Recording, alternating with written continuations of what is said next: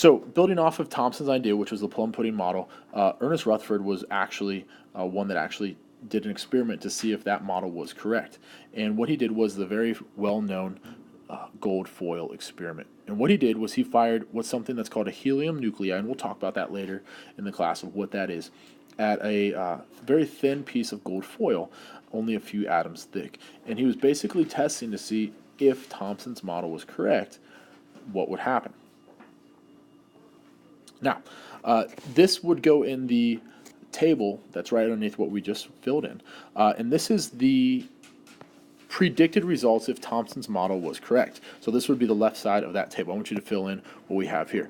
Basically what they thought is they thought that the atom, based on the plum pudding model, is mostly empty space and scattered electrons. So if that was true, what they would do would they'd fire these particles over here, which are really, really big and really, really heavy, and they'd fire at them really, really fast. So you can imagine if all these particles are going at this, what is mostly empty space and scattered electrons, what they thought, again, this is on the left side of the table, they thought that all the alpha particles would go straight through because there's nothing large enough to stop them. If it's just empty space and really small electrons, what's going to be there to stop these really, really heavy objects from going straight through?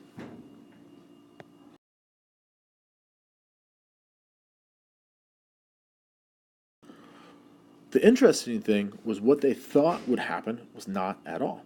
So here's the observations that they made. They found that Thomson's plum pudding model must be wrong. And the reason is, instead of them all going straight through like they would have expected,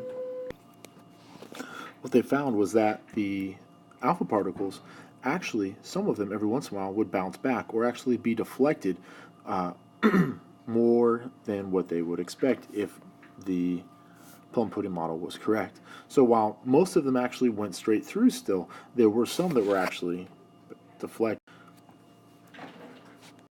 So let's write this then in the right-hand column of that table, where what they found, and these are the actual results, then what they found was that most alpha particles passed straight through the foil. There was no deflection.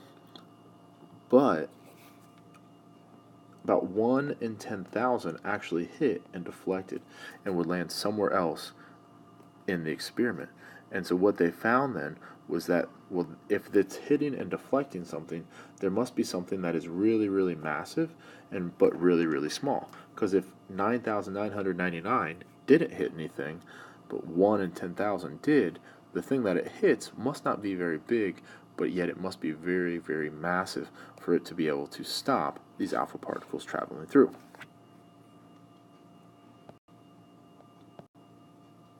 So, with this discovery and with these observations that Rutherford had, he made an inference. He made an idea of what he thought now the atom might look like. What that atom he thought was a more detailed model with now a central nucleus. So something that's sitting right in the middle of the atom, this right here, that is composed of all the positive charge and the mass of the atom is in that nucleus.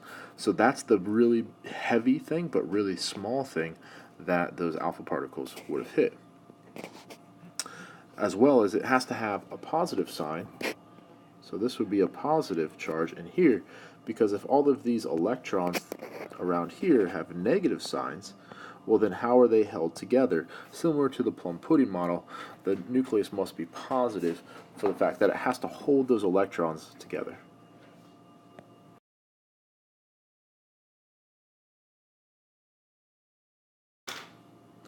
So we can kind of see the progression that's happened so far. You know, we started with Democritus and Dalton, where they thought the atom was the smallest thing. Then it jumped to Thomson, where he had those electrons that were in the positive charged atom. And then now Rutherford, because he had those deflections in that gold foil experiment, said, well, there must be something really small, that central nucleus right here, that has positive charge with those electrons kind of orbiting around it. Not in any set position, but they're just orbiting around that nucleus. Lastly, that brings us to Niels Bohr. And Niels Bohr is a guy that we will focus on quite a bit throughout the semester, just in terms of his model and his idea that he had for the electron and for the atom. Not that it's necessarily correct, but it's a great way to really start to understand what an atom maybe looks like. So what he did is he actually experimented with charged gases and looked at some of the light that these gases are going to give off. And what he did was he refined Rutherford's idea by adding that the electrons weren't just in any random spot, but they were actually in specific orbits or shells or locations around the nucleus. So he liked this to the planets orbiting the sun, that just like Earth has a specific location around the sun, and Mercury and Venus, they have specific locations that they are around the sun.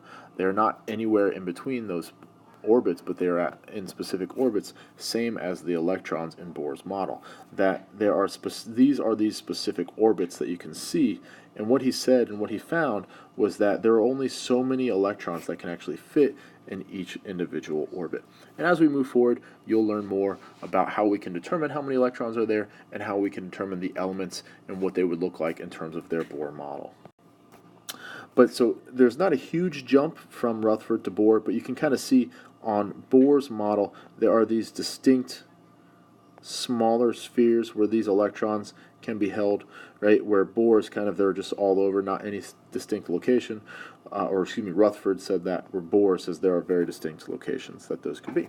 So we can see the natural progression, and there's even more. There's more stuff that we could put right here, but we're not going to look at that right now. That's more of a chemistry discussion, and you'd really have to understand the atom and know a little bit more about the physical makeup of the atom to really get into that.